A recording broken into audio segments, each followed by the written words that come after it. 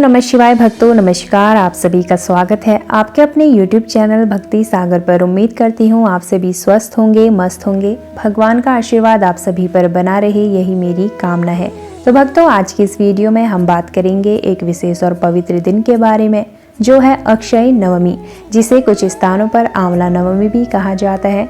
इस दिन की पूजा विधि, इस दिन का महत्व और इस दिन की कथा को हम विस्तार से जानेंगे, तो वीडियो पर अंत तक जरूर बने रहें। अगर आप हमारे चैनल पर नए हैं तो चैनल को सब्सक्राइब करना ना भूलें। साथ ही वीडियो पसंद आए तो वीडियो को लाइक और शेयर भी अवश्य करें। तो चलिए भक्तों, शुरू करते हैं आज के इस पावन वीडियो को।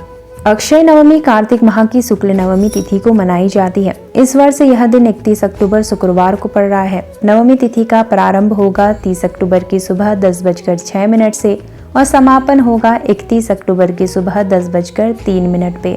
इस दिन रवि योग और शिववास योग का संयोग बन रहा है, जो पूजा के लिए अत्यंत शुभ माना जाता है। इस दिन मुख्य रूप से आंवला वृक्ष की पूजा की जाती है। आंवला वृक्ष को देवताओं का निवास माना जाता है और इसे आध्यात्मिक उन्नति, समृद्धि और स्वास्थ्य का प्रतीक भी कहा जाता है।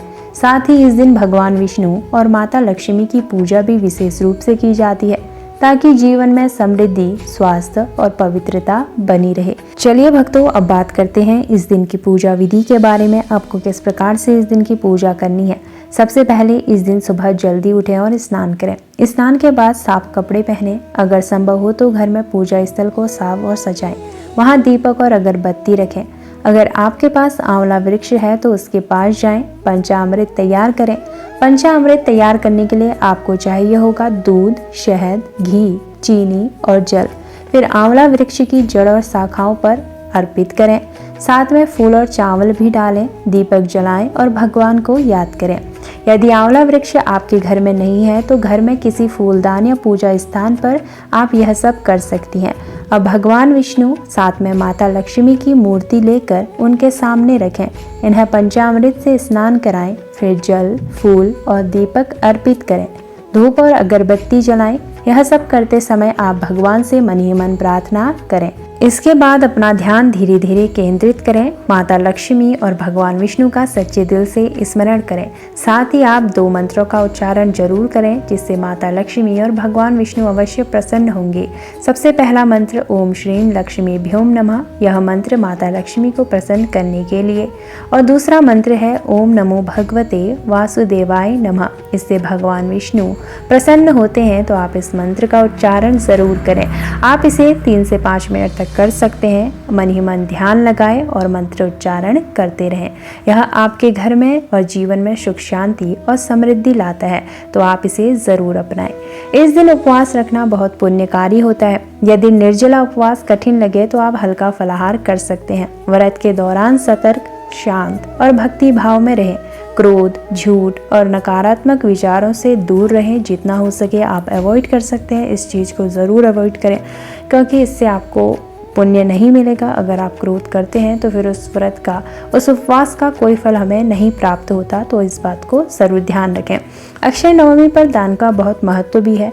आप गरीबों को भोजन, वस्त्र या अन्य जरूरत की चीजें दे सकते हैं। इस दिन दान करने से आपके सभी पाप नष्ट होते हैं, आपको पुण्य की प्राप्ति होती है और साथ ही आपके मन को आत्मिक संतोष मिलता है। तो भक्तों, इस दिन आपको क्या करना चाहिए और क्या नहीं करना चाहिए। सबसे पहले पूजा विधि का इस दिन पालन करें। श्रद्धा और भक्ति से इस दिन का व्रत रखें। दान पुण्य इस दिन अवश्य करें। ध्यान और मंत्र जाप करना इस दिन अत्यंत शुभ माना जाता है। भजन कीर्तन करें और इस दिन भक्ति में लीन रहें। इस दिन क्या नहीं करना चाहिए, किन बातों का विशेष ध्यान रखना चाहिए। मांसाहार, मदिरा और तामसिक भोजन से जितना हो सके उतना दूर रहें। झूठ, छल और क्रोध न करें। आलस्य को त्यागें। समय का सदुपयोग करें। धार्मिक कार्यों में लापरवाही न बरतें। चलिए भक्तों, सुनते हैं आंवला नवमी की पावन कथा। आखिर आंवला नवमी की महिमा क्या है। बहुत समय पहले की बात है। एक राजा थे जिनका नाम था आंवल्या।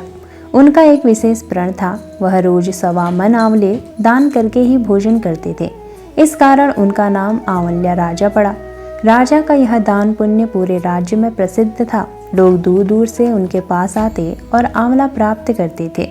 एक दिन राजा के बेटे और बहू ने सोचा, राजा रोज इतने आंवले दान करते हैं, कहीं उनका खजाना खाली न हो जाए।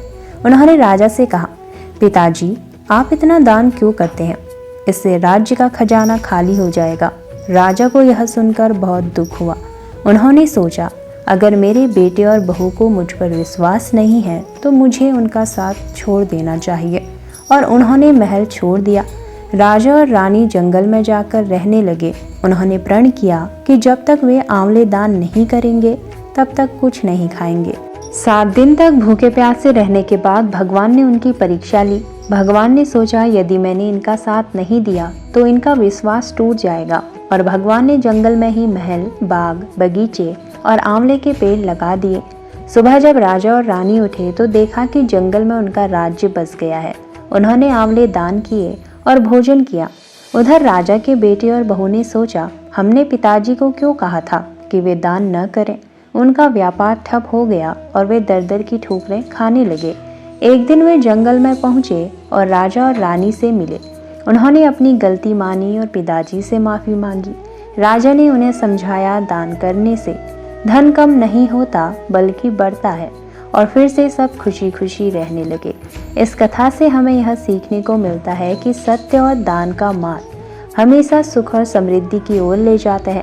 आंवला नवमी का पर्व हमें यही संदेश देता है कि आंवले का वृक्ष भगवान विष्णु का प्रिय है और इसकी पूजा से जीवन में सुख, समृद्धि और स्वास्थ्य की प्राप्ति होती है। कुछ ही समय बाद राजा की फसलें लहलहा उठी और जनता प्रसन्न हो गई। तभी एक आकाशवाणी हुई, हे राजन, तुम्हारी भक्ति से प्रसन्न होकर मैं तुम्हें आशीर्वाद देता हूँ। यह दिन अब सदा आंवला नवमी के नाम से जाना जाएगा। जो भी भक्त इस दिन व्रत करेगा और आंवले की पूजा करेगा उसे अक्षय पुण्य की प्राप्ति होगी और उसके पाप नष्ट होंगे।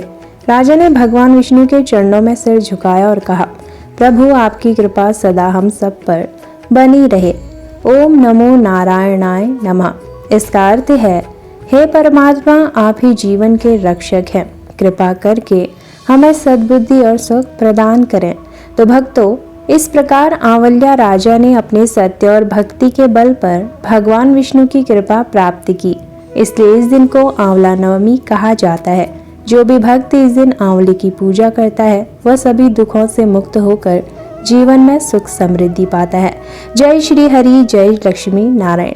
तो भक्तों, यह थी संपूर्ण जानकारी आंवला नवमी के बारे में। अगर आपको जानकारी पसंद आए तो वीडियो को लाइक और शेयर अवश्य करें। अगर आप हमारे चैनल पर नए हैं तो चैनल को सब्सक्राइब करना ना भूलें और हमारे चैनल के साथ जुड़ जाएं। तो फिर मिलते हैं अगली नई वीडियो में नई जानकारी के साथ। तब तक के लिए आप सभी को आंवला नवमी की हार्दिक शुभकामनाएं। भगवान विष्णु और माता लक्ष्मी का आशीर्वाद आप सभी पर सदा बना रहे। ओम नमो भगवते वासुदेवाय नमः। फिर मिलते हैं अगली नई वीडियो में। जय श्री नारायण।